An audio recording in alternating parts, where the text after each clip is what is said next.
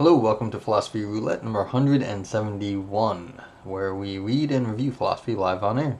And hopefully you enjoy some of the discussion. This week, and I guess for a little while, we've been doing philosophy of race because of America and Black Lives Matter. It's like, yeah, might as well go check out what philosophers have said recently about philosophy of race and give some attention to those authors that have been working on this probably for many years.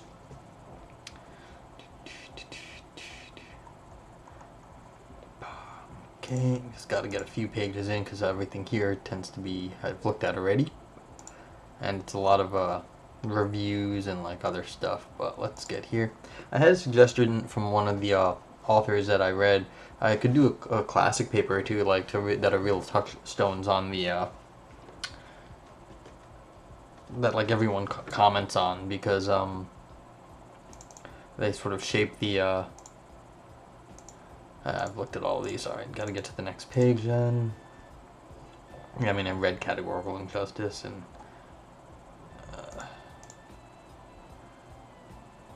these are reviews. Read that one. So, Ally Aesthetics. Oh yeah, the Journal of Art and Aesthetics and Art Criticism here, they did a bunch of they had a themed topic, so I've read actually a bunch of Journal of Aesthetics and Art Criticism in the last few days. Actually, not a bunch, but at least two. I can remember that off the top of my head. So let's try to get somebody else. Yeah, this was actually one of the papers I might read. So Du Bois' Conservation of Races. It's freely available to read online, so I might get there, and if I can't find anything else quickly, I may try and just go read that one. Let's see, race and reference. Let's get the my searchy thing up. This was a good idea I had. I searched for I made a little script that checks page counts. Hip hop and aesthetics and art criticism. Let's give somebody else some love. That's a review. Journal of Applied Philosophy. Read this one. So I've already been on this page. Review. Yeah, I've looked at all of these, I think. Just read this one. This was one of the ones from Journal of Aesthetics. Good paper. It was a lot of fun, actually. They had this crazy picture, this photography from the 1800s, where it's just so weird. It's like, you know, if it wasn't presented the way it was, I would have been like, this is from a horror movie. Just like, and this is what people were doing. I thought this was a good idea. Alright, so have I looked at this one? Reparations for police killings? I don't know. More. Yeah, so, alright, I gotta get to the next page at least. I suspect this is not available. But, well, oh, it is available. Was it like too long? Let's find out. Otherwise, I'm done. Can find this. 15 pages. Yeah, I looked at this. I'm not reading 15 pages double column, though. That's the problem. Maybe I'll hold on to it for later, but 15 pages double column is like 25 pages really, or maybe 20. But I try to keep it the show under an hour for my own sanity, in part, and because I mean, keeping anyone else's attention for that long is hard enough. Of course, people are willing to, if you want to send me something to read, that's cool too. Let's see, book review on intersectionality, review essay. Yeah, I try to avoid review essays because I don't know what's being reviewed, and so, yeah, see a commentary on, although I have had, what's it called? A few commentary this has to be a review published by, like people, I have read papers not in this area, but on other papers where they were commenting on someone else, and some of those papers really were good, actually, very good, even standalone papers on their own. Racism as Reasonableness. Okay, I've read philosophy of education papers before. They're interesting. They tend to be a little different than other philosophy papers, I've noticed. Let's see what we got. I'll try it. 18 pages, but this is like sort of a big font, 18 pages. Is this yeah, alright, so let's try this one. Why not? So, because I haven't done anything in the philosophy of education in a little while, so.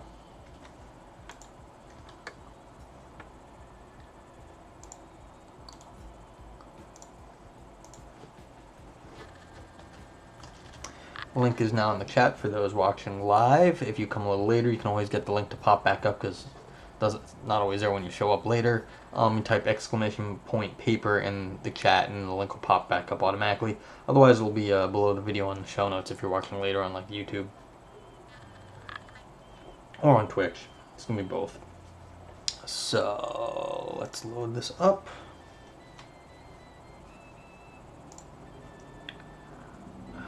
Shoot, let's do that. Okay, cool.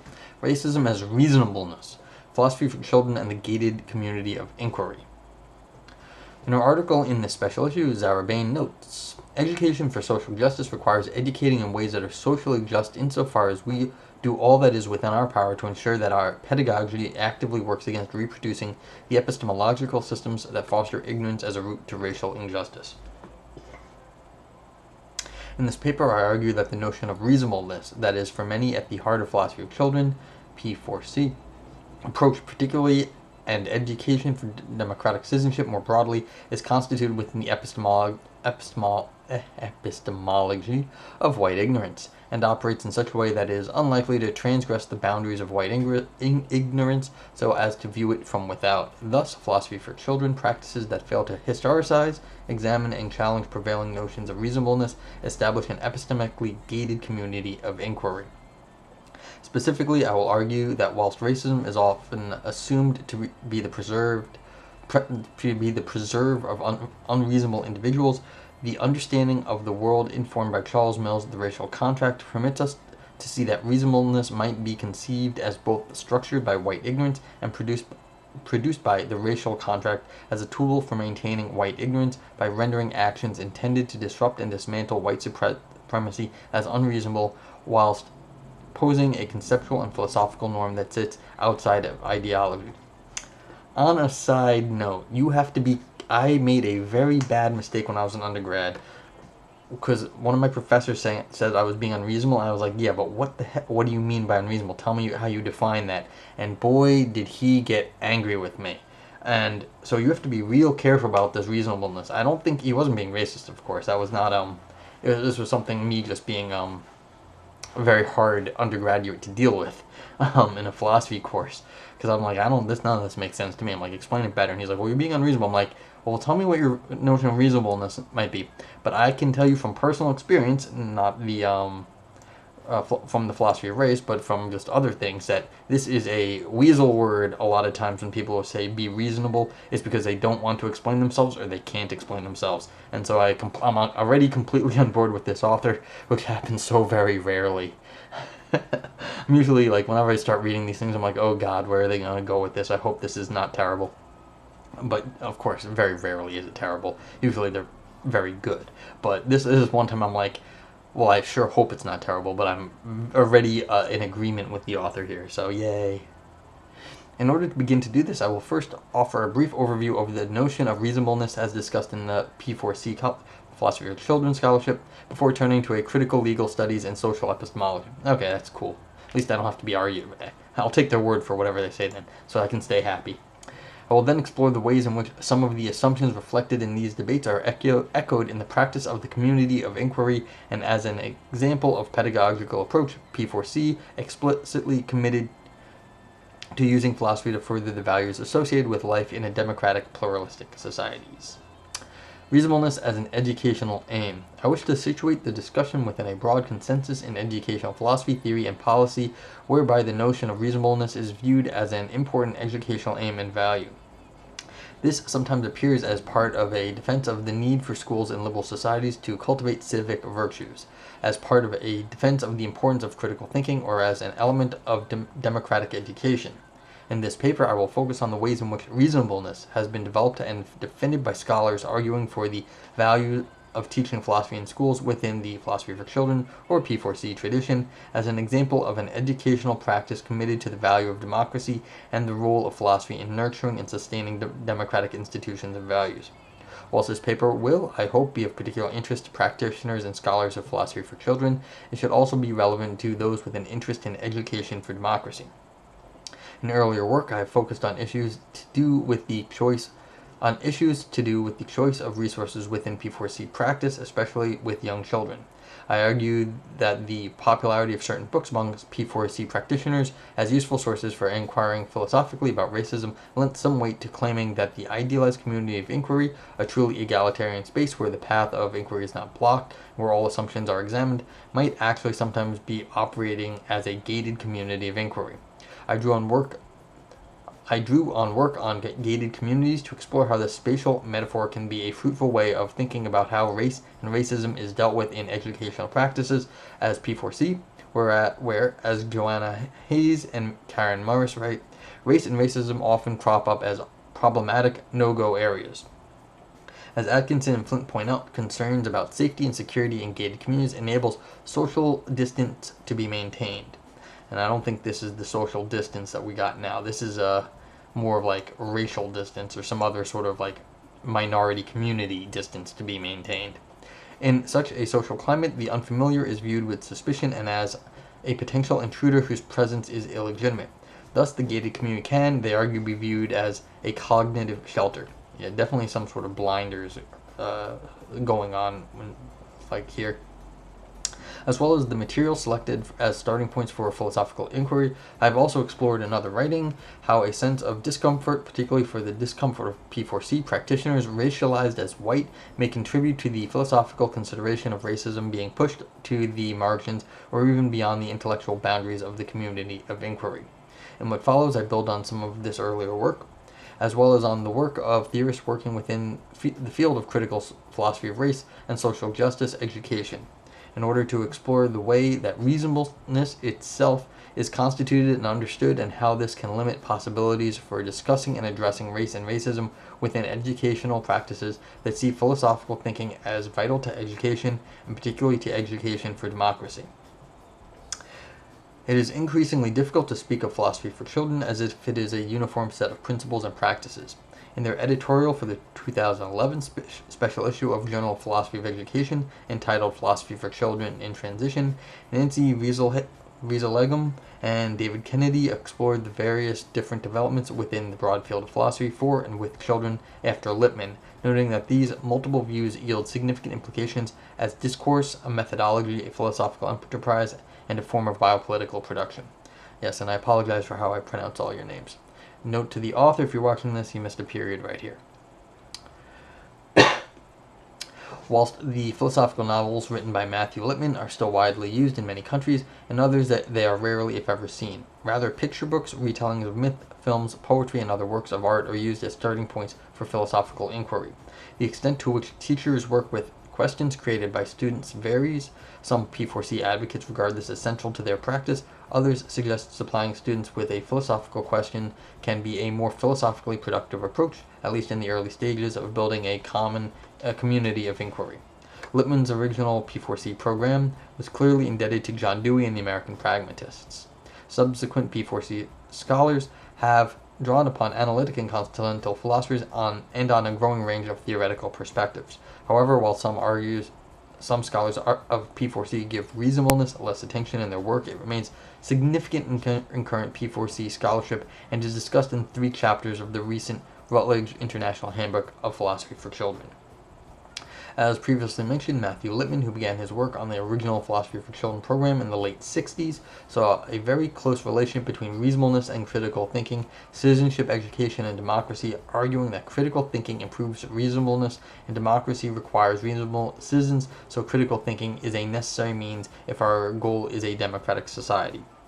In a slightly different and even stronger formulation, he states, I take it that in a democratic society there is a maximum premium on the cultivation of reasonableness. The goal of education therefore should therefore be the development of reasonable individuals.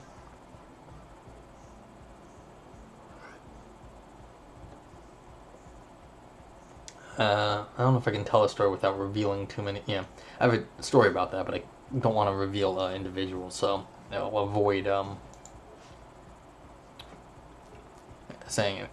I'll consider it, but there's I have a story about weasel words and what this sort of a statement here. Why I have like this sort of statement right here. Very dangerous statement actually. As far as I'm concerned, in terms of political implications of what this sort of statement will yield as a consequence. But unfortunately, I don't want to. Yeah. All right, just moving on. Both Tim Sproud and Michael Pritchard add moral education to the list of educational goals for which reasonableness is central. In his highly influential work, Reasonable Children, Moral Education and Moral Learning, Pritchard claims that reasonableness is educationally desirable, though it is rare even in adults and not an all or nothing concept. Yeah, I mean, it's like, go find yourself a reasonable person. There ain't going to be that many of them, and I wouldn't even consider philosophers as particularly reasonable either. As Sproud notes, despite the book's title, Pritchard avoids offering a definition of reasonableness, preferring instead to offer what he terms a rough demarcation. This decision by Pritchard is far from atypical amongst scholarship related to P4C, leading Rina Gasparatu to conclude the ideal of reasonableness seems to provide some common ground, yet the way P4C theorists characterize reasonableness can be rather vague. A concept that is at once so important and so nebulous is deserving of closer attention. Yeah, I'll mention my story. I'll just say the consequence. They, in the organization, they were trying to sort of put forth a new a bit of a manifesto or whatever it was that they were doing at the time. They needed to, put out some sort of new sort of goals for the organization, and they had used this word, and somebody kept saying, "Wait, I need this word," and it was kind of like reasonableness or something like that. And eventually, one of the other people just had to go over that person's head, who was very high up in the organization, saying, "Look, you can't put that word in because it is so nebulous that it will just be the most abused term. It will just get abused and abused and abused because no one actually knows what the term means, and therefore it's the first thing that will break." As the first thing someone will appeal to when they're trying to do something not so good. So you can't use words that are nebulous when making a sort of a new constitution or a new manifesto of some sort, because that's how things get abused. So the guy had to be sort of shut up in the meeting because he was so insistent on it, and they just told him, no, it's not happening. But yeah. Splitter and Sharp view reasonableness as an aspect of rationality, but claim that it goes beyond it. As an educational ideal, reasonableness goes beyond rationality, which is all too often rigid, exclusively deductive, ahistorical, and uncreative.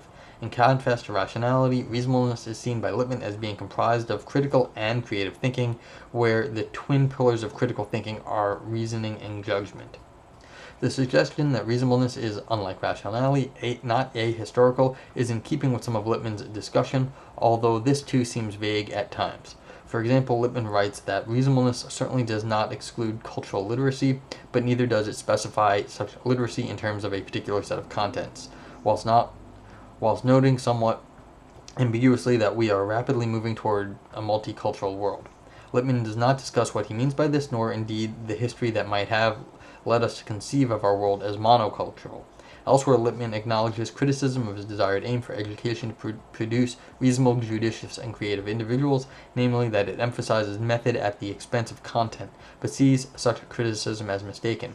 Rather, he argues, it is not unusual to find people who are learned but reason poorly and lack judgment, but I cannot imagine anyone being reasonable without acquiring an amount of content a reasonable person ought to have. If knowing too little is injudicious, then surely that is something a judicious person will endeavor to avoid. Yeah, well, if you can get wisdom first, which is extremely hard to do, then they'll figure out that they're being ignorant about something. But the problem is getting the wisdom first is we're still trying to figure out that one, how to just get wisdom. Lippmann appears to envisage that a child who has an education aimed at cultivating reasonableness will endeavor to avoid lacking the necessary knowledge. Given that this quote appears in a section where Lippmann argues that schools should prioritize cultivating higher-order thinking, it is not clear exactly what knowledge Lippmann thinks should be on the curriculum. This may go some way to explain whilst he includes knowledge as an element of reasonableness, subsequent P4C scholarship has not tended to explore the relationship between knowledge, the school curriculum, and reasonableness. The element of this relationship that I focus on here is the sense in which pedagogical spaces conceived as communities of inquiry may reflect and reproduce the kind of knowledge that can be better understood as a form of ignorance which, as Charles Mills argues, serves an ideological function. As Mill's analysis of white supremacy as a racialized political system of domination shows, the maintenance of this system involves an epistemological contract that establishes norms and procedures for determining what counts as moral and factual knowledge of the world.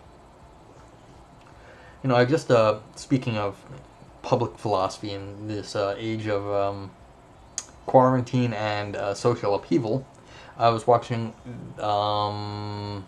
Brooklyn Public Philosophers had a public Zoom meeting, a public online thing, of Philosophy of Jerks and I'm blanking on his name. This was just last night. I watched this live broadcast, and it's saying, well, what are jerks in some sense?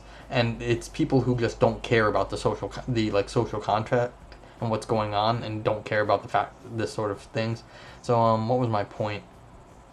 So it's like they don't care about these things, and so the sense of way that you can do this, you have these. I lost it. Forget it. I'll just continue.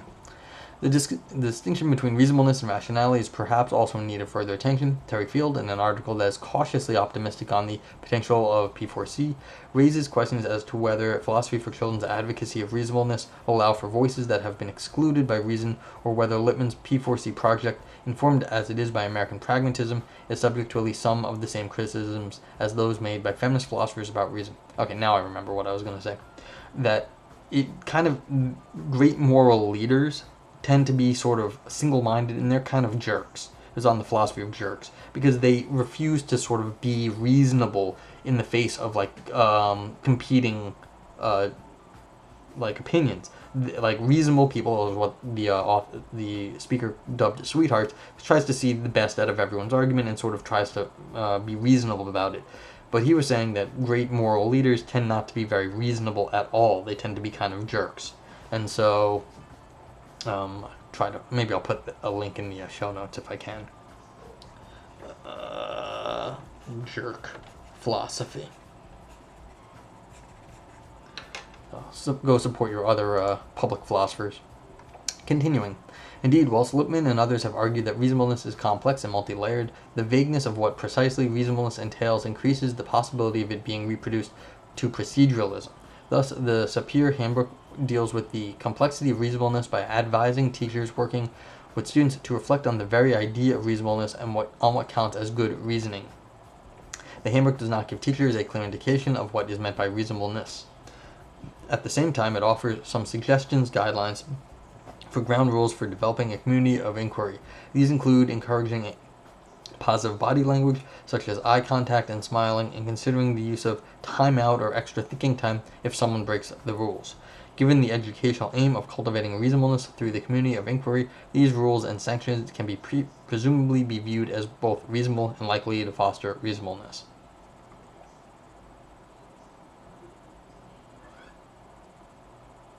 I mean, one would hope, but I mean, the question is, can presumably be viewed as both reasonable and likely. Yeah, I mean, I don't know if I'd use the word presumably here. That was just a thing. It's can be what is assumed to be. I mean, presumably by whom? It's not generally presumable, but it's by these authors. So, just a little reference failure maybe in that sense. Nothing against the author on this one. It's pretty clear. It's just, I wonder exactly who is always defining what counts as reasonable. I think that's exactly where this author is going. The social nature of reasonableness. Whilst acknowledging the literature that discusses reasonableness as multi-layered, my 25 years of involvement with philosophy for children as a trainee, practitioner, and trainer has led me to believe that the two aspects of reasonableness most prevalent in P4C practice and scholarship in the UK, and most likely beyond, are as follows. 1. Reasonableness is constituted and understood through dialogic inquiry in a community of inquiry. That is, 2. Governed and by imposed or negotiated ground rules which are intended to be reasonable and foster reasonableness. The role of philosophical dialogue, or the experience of trying trying to reason together as a community, and cultivating reasonableness is a consistent theme in P4C literature, with Splitter and Sharp viewing reasonableness as primarily a social disposition. Most recently, Carvalho and this is Portuguese, I don't even know how to say it, Medoncia put this in the strongest terms when they claim that it is not possible to educate for reasonableness without educating persons to think and feel and act for themselves through an ethical experience of dialogue with others. And you've got one too many closed parentheses here, I think. Read one right there. Before discussing how discussions between children in the classroom might foster reasonableness, Pritchard briefly discusses how some committees might be good illustrations of reasonableness, where group deliberation might inform social policies, and considers how communities may ensure that they offer reasonable recommendations. Many of his suggestions relate to openness to reasons, willingness to compromise without compromising personal integrity, and dispositions conducive to dialogue. However, he also acknowledges that representative membership can be expected to contribute to the reasonableness of a committee's recommendations. This consideration for who is and is not present within a deliberative setting, and the extent to which this may affect constitution of reasonableness, is a further area of P4C scholarship which I contend has received insufficient attention. For in the case of classroom deliberative dialogue, we are faced with a challenge concerning representativeness. A legacy of segregated housing, whether through racial laws in the US or South Africa, for example, or house prices, make it rare to find a classroom where the students are representative of the nation in which they are located and with regard to race and class. There is a greater likelihood that the students will be representative of the immediate locality, notwithstanding the existence of private schools and, in the UK faith schools, but it is questionable as to whether that local population has itself been shaped through reasonable circumstances. Given that deliberative dialogue is seen by P4C scholars as having a central role in the development of reasonableness in children, the question of representativeness and the non-ideal conditions that impede it are important for considering the detrimental impact this may have on the views and testimony that students will encounter in the community of inquiry. A racially representative classroom is not the norm in the UK, where I live and teach, in the USA, where P4C originated, or in South Africa, where I retain family connections, or where a growing amount of P4C work is happening. Nor indeed is it the norm at P4C related conferences. Indeed, at the most recent ICPIC conference, one of the keynote speakers noted, not entirely accurately, that there were no black people present. If representative is important for reasonable deliberation, educators faced with unrepresentative classrooms and educational spaces presumably need to take active steps to bring in perspectives that are insufficiently represented, particularly when their underrepresentation may be related to historical oppression and marginalization. The teacher's role in the community of inquiry is described by Lippmann's successor at the Institute for Advanced Philosophy for Children, Mon Gregory, as to shore up the fairness and reasonableness of the discussion. This is not a straightforward task. While the question of what notion of reasonableness teachers are most likely working with is an empirical question beyond the scope of this paper, it is worthy of some research attention, not least because, as Lippmann, Sharp, and Oskanian put it, the teacher is the one who has to make the judgment as to whether a particular personal account should be capitalized upon or squelched. My observation working with teachers is that they will often take their cue from everyday language usage of reasonableness, which often reflects how the term is used in policy and law. For this reason, in this next section, I focus on the discussion of reasonableness and race in critical legal studies. So this is what happens when there is no strict definition. It falls to the individual person and their understanding of the everyday use of the word. This is often the cue from everyday language. And of course, the everyday language reflects the society and a lot of history. So this is a very dangerous thing, is a lot of times what people mean, it's just use the everyday understanding of reasonableness. I know that's what I'm sure the professor that I got into an argument with was trying to say, well, what's the everyday? And I completely was just like, well, you tell me what my everyday is. And he didn't like that. And I think that's exactly what happened in that conversation. We didn't have a common concept of what counted as the everyday usage of reasonableness. And so he didn't like that because he knew he couldn't explain it to me. Reasonableness and the law. In Reasonableness, Racism and the Articulation of Bias, a study of the use of reasonableness in criminal law, Nicola Y. Wright uses the term reasonable man to mean the anthropomorphism of the law's devotion to reasonableness and rationality, as well as its claim of neutrality and objectivity. In order to test whether a person has acted as a reasonable person would, it has for some time been common in the UK courts to refer to the man or on the man Clapham omnibus. Oh, so like the public transport? Excuse me. This derives from a time when Clapham was seen as a part of the suburban community belt of London. The man in question is said to be reasonably intelligent and educated. Jody Armour finds similar use of personifications in U.S. law. The ordinary prudent man, the average man, the man in the street, and the man who takes the magazines home and in the evenings pushes the lawnmower in his shirt sleeves. The last of these three most clearly implies, like the Victorian commuter to London, a person who is gendered, classed, and raced. In Negrophobia and Reasonable Racism, Armour highlights the court cases where lawyers representing white defendants who have shot a black person argue that they did so out of reasonable fear of attack, and in doing so exploit the racial fears of jurors in asserting the reasonableness of their fear of supposed assailants who are black. And Q, New York City, and what now is, I think, the, what's her name? They're naming the law against calling the cops on someone for their race after the lady who called the cops on the guy who was black while birding, and she didn't like what he said about having her dog on the leash, which was the law. And so she called the cops, attempting very clearly to get him shot, murdered by cop, because she said she was being attacked and needed help.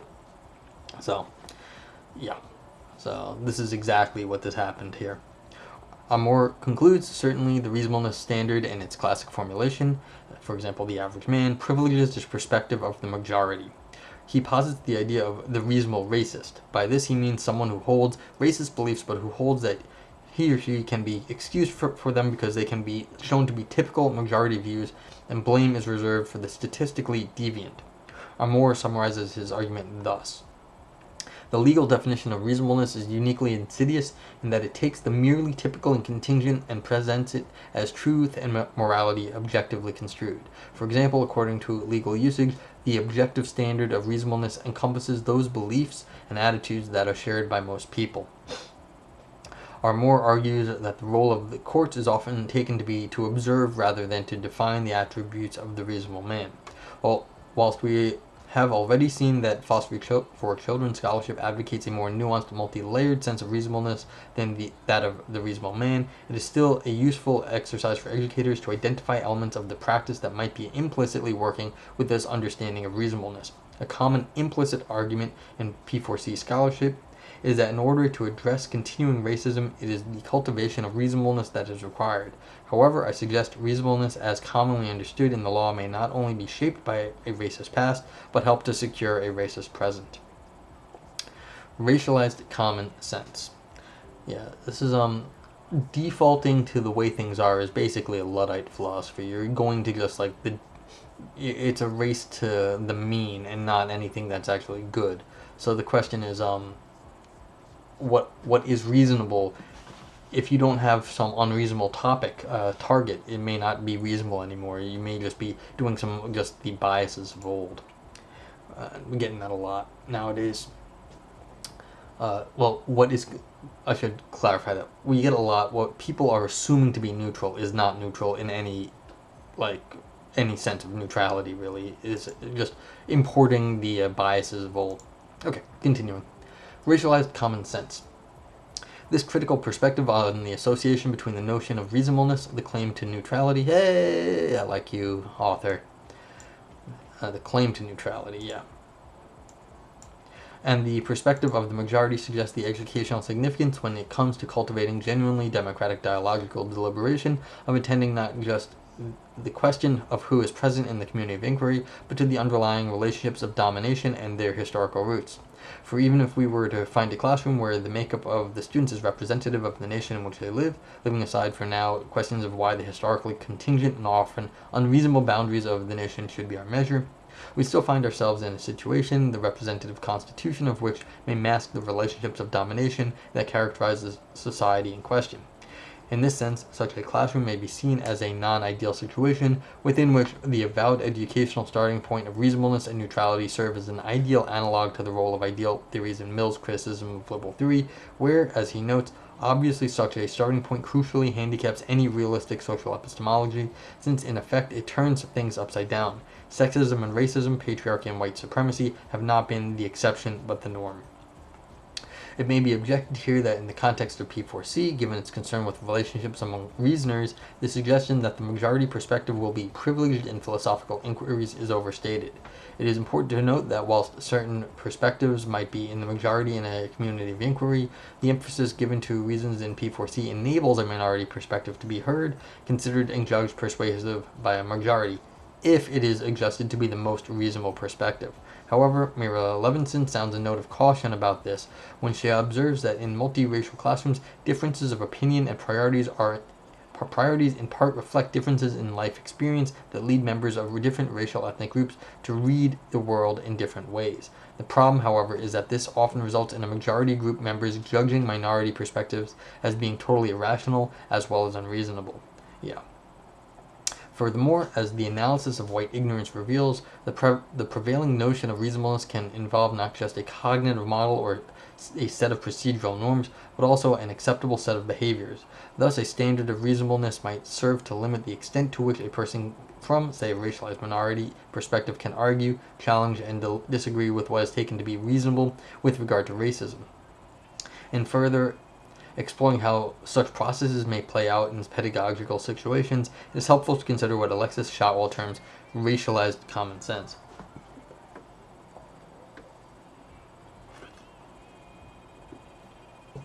As Shotwell explains in a passage clearly evoking Mill's notion of white ignorance, common sense is formed at the fulcrum of what we care to know and what we cannot know under current conditions, what we refuse to know, and what we would have to transform ourselves in order to know.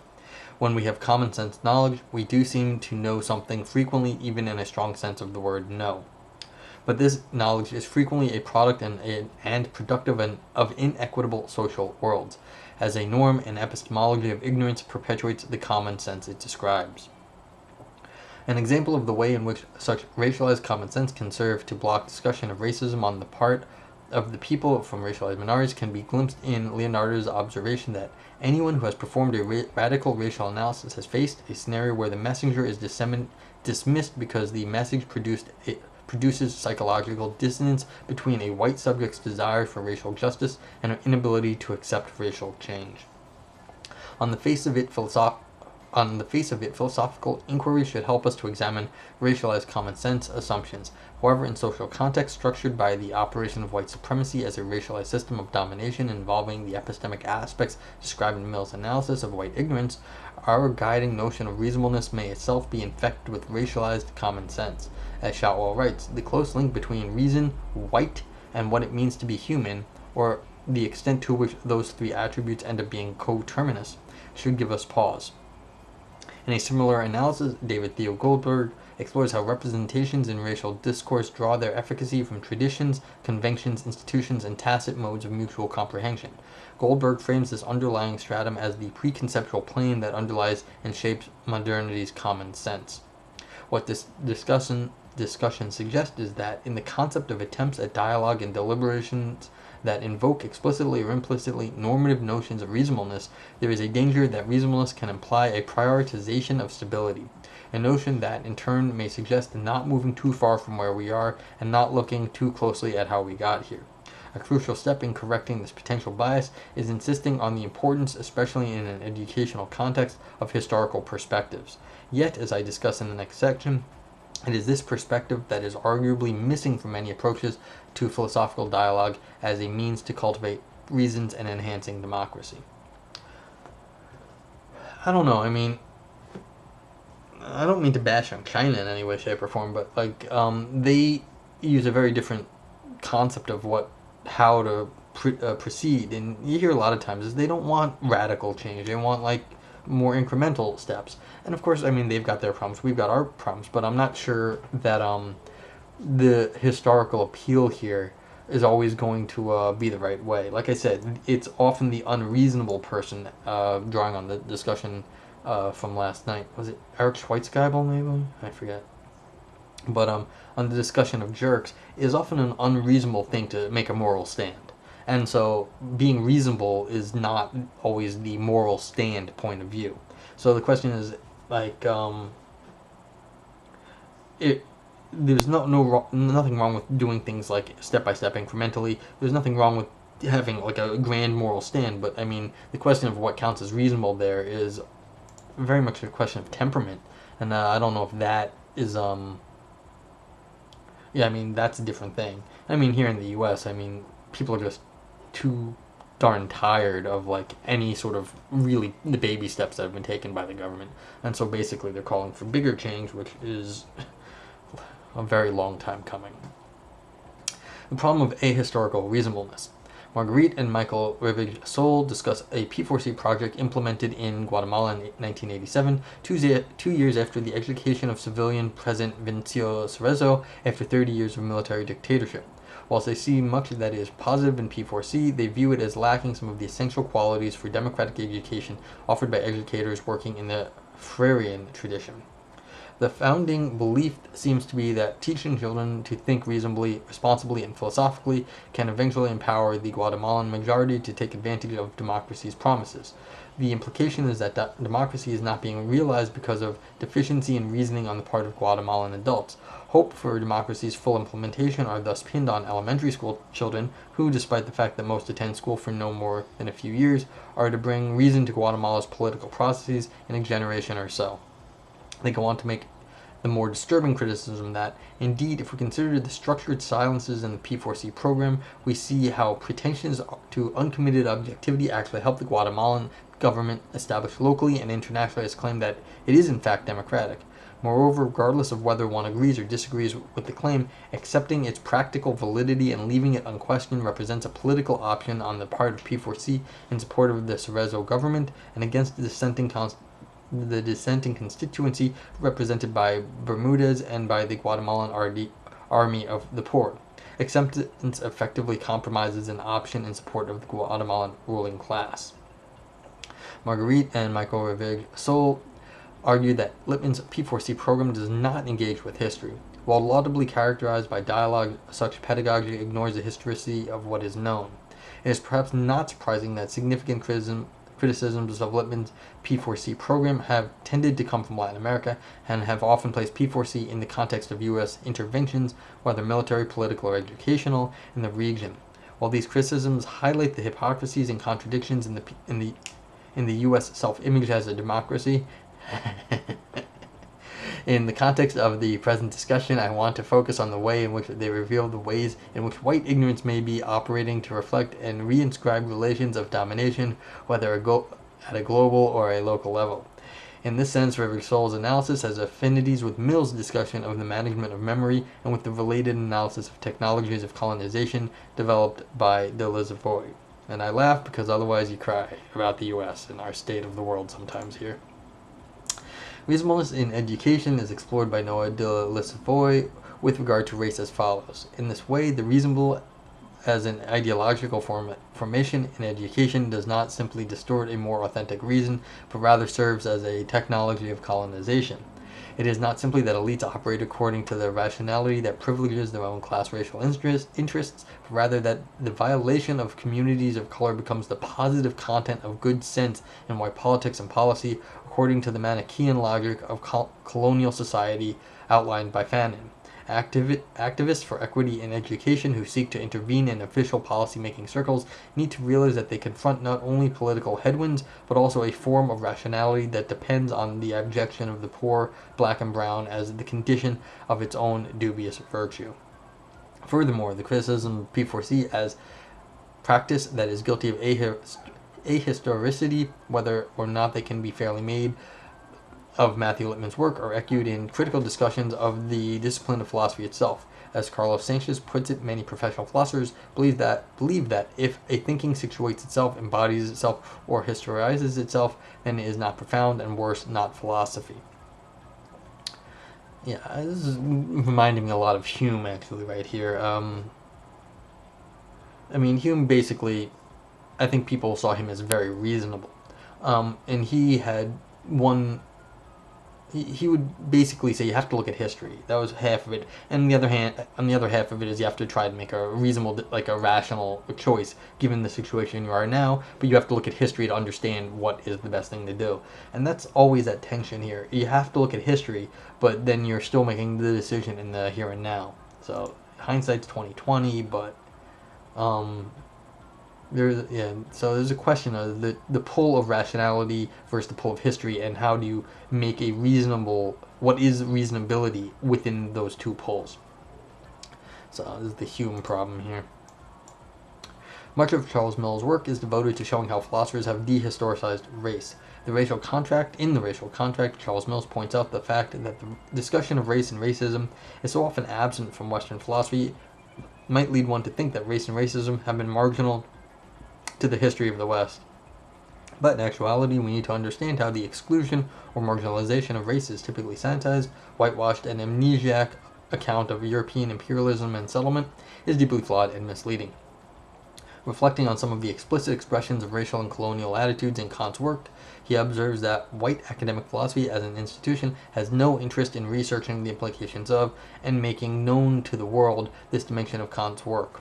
As a result, when one considers the historical complicity of academic philosophy in obscuring and excluding matters of racialization from that which is considered to be proper study, it becomes easier to understand the expressions of surprise, bewilderment, and alarm that have arisen from both media commentators and professional philosophers in response to calls to decolonize philosophy courses at universities in the UK and beyond. This discussion also has important implications for questions of who is included in the academic philosophy community and who is excluded from it. In her 2020 paper, How is This Paper Philosophy?, Christy Dotson answers a call made by Anita Allen to genuinely assess whether the field of philosophy has the capacity to sustain the work of diverse peoples. Well, we don't have any philosophers don't have any money now. I mean, I'm not an academic, but they have so little money. There's so, like, the whole academy is, like, sort of going downhill. So we'll see who the last philosopher standing is, and maybe it won't be the dominant people anymore. We'll see.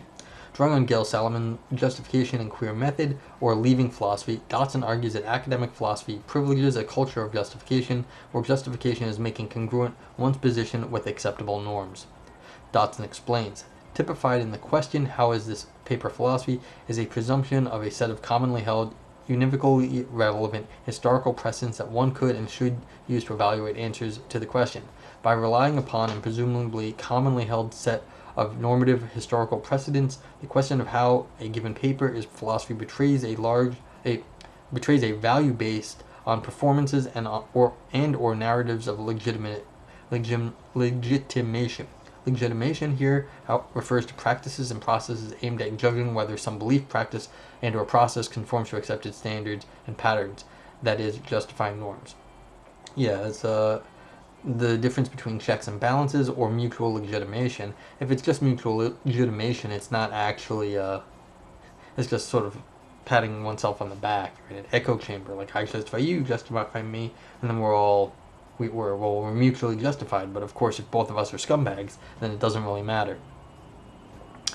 I detect a similar attitude and set of assumptions in the words of an established philosophy for children practitioner and writer who responded to one of my earliest attempts to philosophize about race in the community of inquiry with the observation that, though socially significant, race is not philosophically interesting, whereas differences is.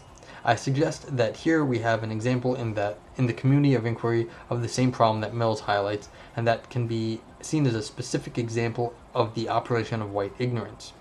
It is perhaps not too great a leap to conclude that, according to this person, my thoughts were presumably then not philosophical. What if similar thoughts were expressed by a child in a classroom? The above discussion suggests that in a classroom where children are engaged in a philosophical inquiry structured by norms of reasonableness, the constitution of certain contributions as unreasonable may serve to exclude perspectives offered by pupils from racialized minorities, and in doing so, to both mask and perpetuate racialized structures of domination. Dotson makes the important point that one has to examine closely who has the burden of destabilizing norms any given time and whether this is a worthy activity for the targeted populations. Diverse practitioners may disproportionately shoulder it. This burden may go some way to explaining the continuing absence of people of color at P4C seminars, and conferences. It may also explain why so few philosophers of color have embraced philosophy for children, despite the liberatory potential claimed by many of its advocates. But even more than this, it should raise questions about who is shouldering the burden for doing the philosophical labor in our classrooms.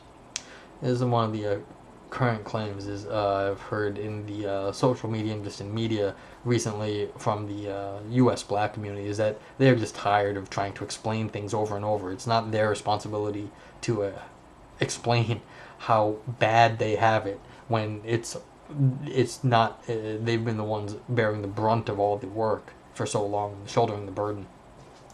And it's a common refrain. It's just, yeah, it's something that has to be worked through by, like, basically the political. Yeah, we're gonna have to do something politically about that because it's just not working. Crucially, for our discussion of the operation of philosophical dialogue in P4C and other educational contexts, de Lissavoy argues that a kind of thinking that would break with reasonableness will show up in the first instance as unreasonable. Well, by definition. What might such kinds of thinking look like, and how might we come to see them as pedagogically valuable? In the next section, I explore the possibility that, as part of the necessity of revealing and addressing the historical processes that come to constitute forms of white ignorance, and that therefore may inflect dominate notions of reasonableness, disruptions initially perceived as unreasonable may have an educational value. Well, this is also coming up in the, well, why don't they just protest peacefully, or why don't they just do something that's less disruptive? Less disruptive didn't really get anywhere. We had a bunch of protests. I mean, Colin Kaepernick, of course, was famously the face of the peaceful protest by taking a knee during the national anthem, and it did not do what he lost his job, and basically there was a backlash against him. So at that point, when the peaceful, reasonable thing, what at least most people thought was reasonable, but not everyone in this country, that protest didn't work. So it then turned to even less reasonable things, I guess, in the eyes of the ruling class. I guess I'm going to go with ruling class as the current U.S. government at the moment. Unreasonable disruptions of the denial, white ignorance, reasonableness. The recent Rhodes Must Fall campaign at Oxford University may be an example of unreasonable public pedagogy. In reality, the campaign's very name is a demand for an unreasonable action, the removal of a statue. Oh.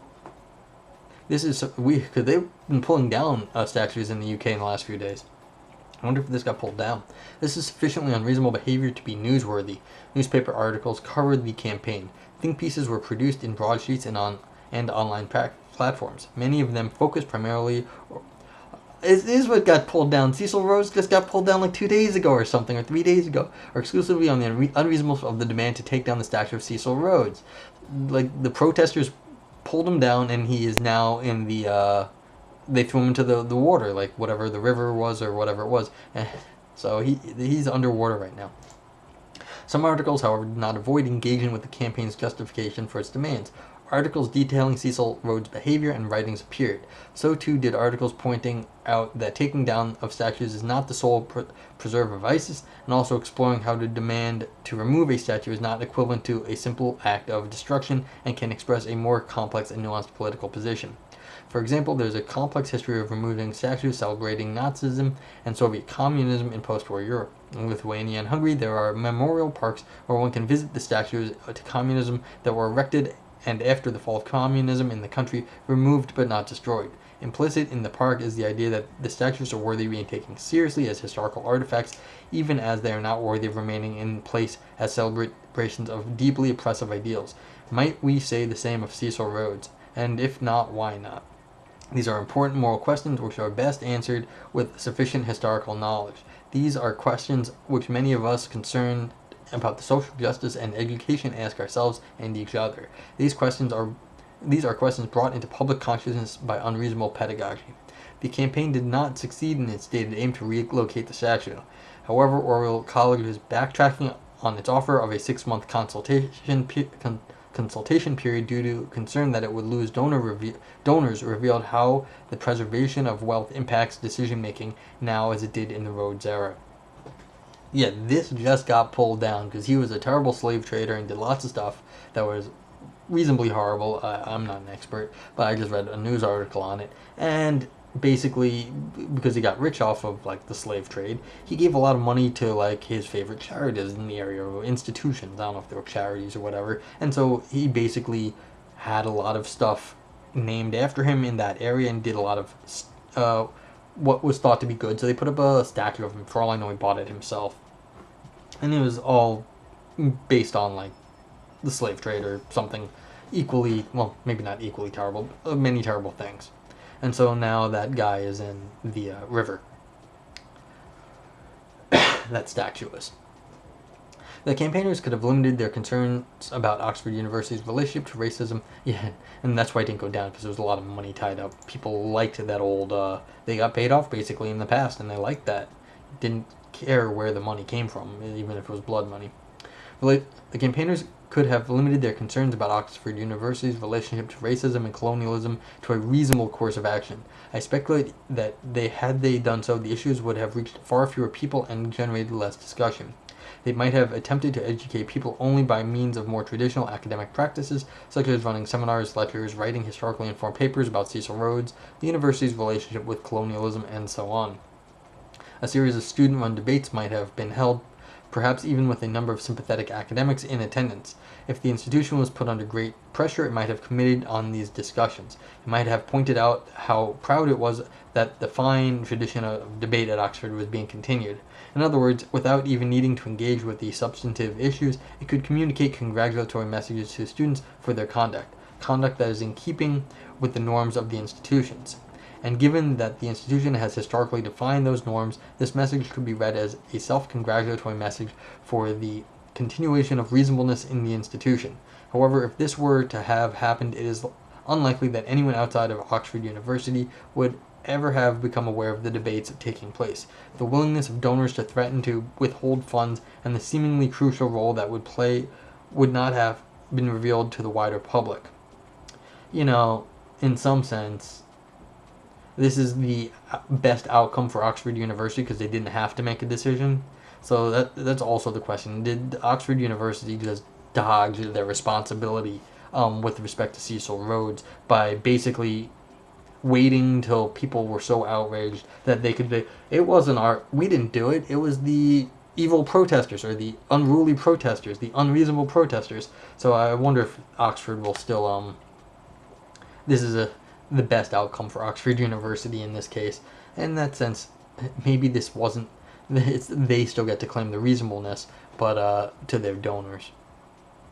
But money makes this world go round at the moment, for better or worse. Usually for worse.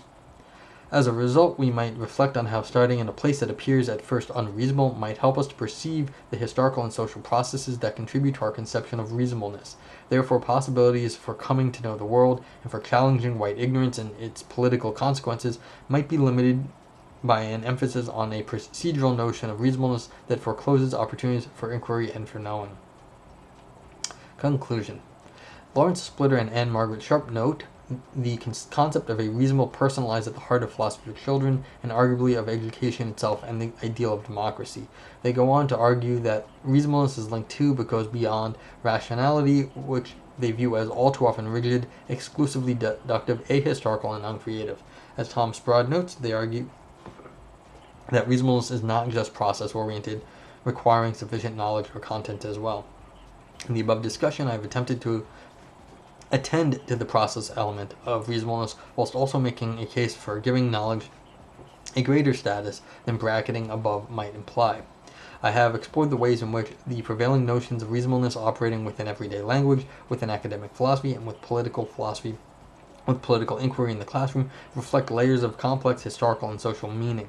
Specifically, I have suggested that reasonableness, so construed, can be understood as constituted by and reinscribing the epistemological features of white ignorance.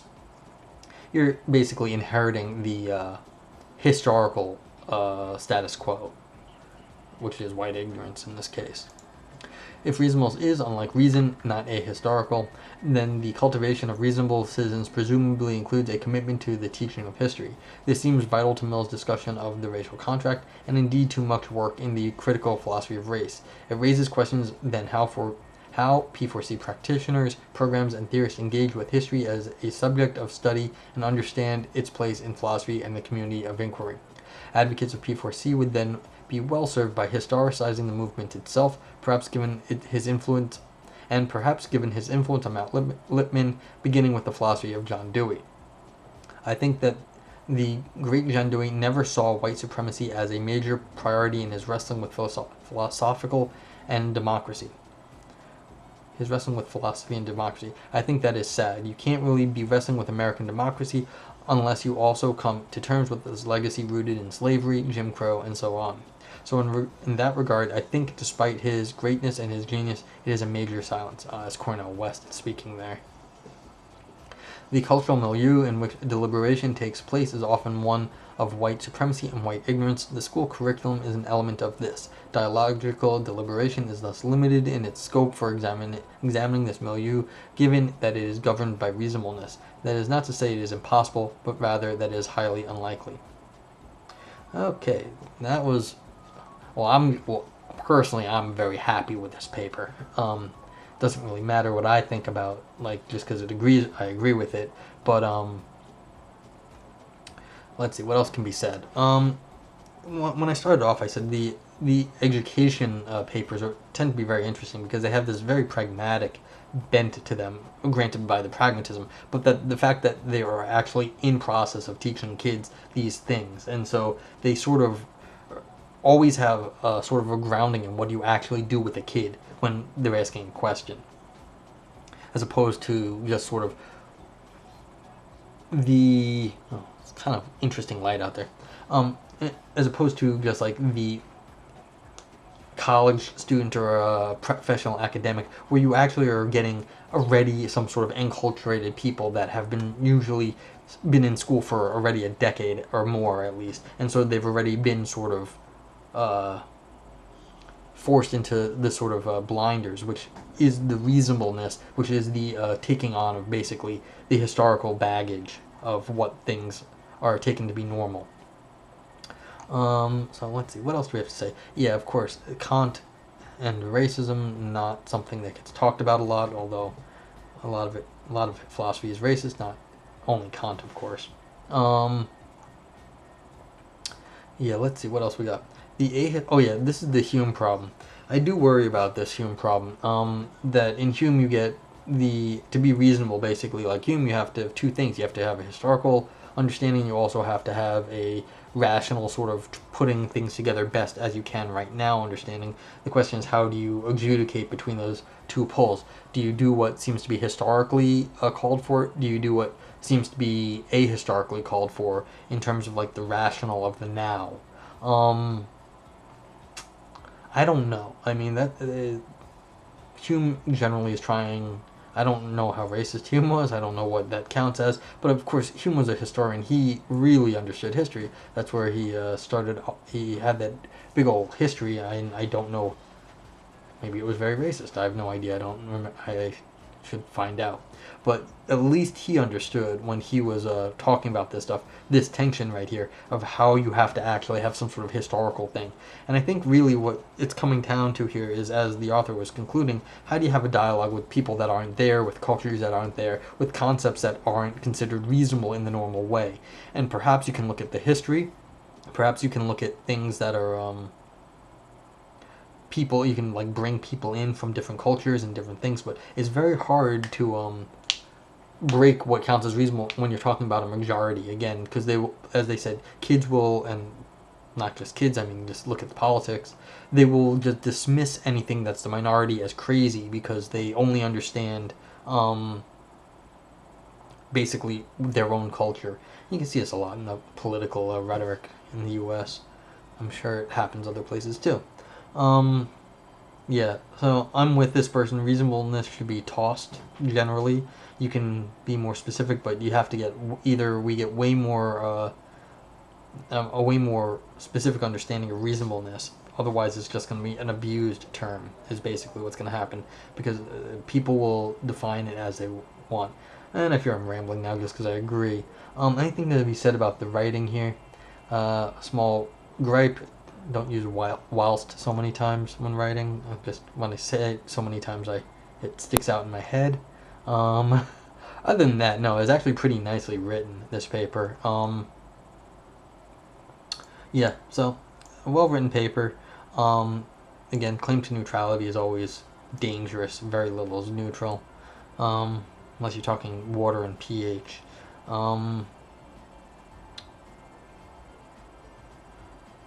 Yeah. Okay, that's about it for now. I'll be back tomorrow with another paper. Have a good night, and please stay safe out there. Goodbye.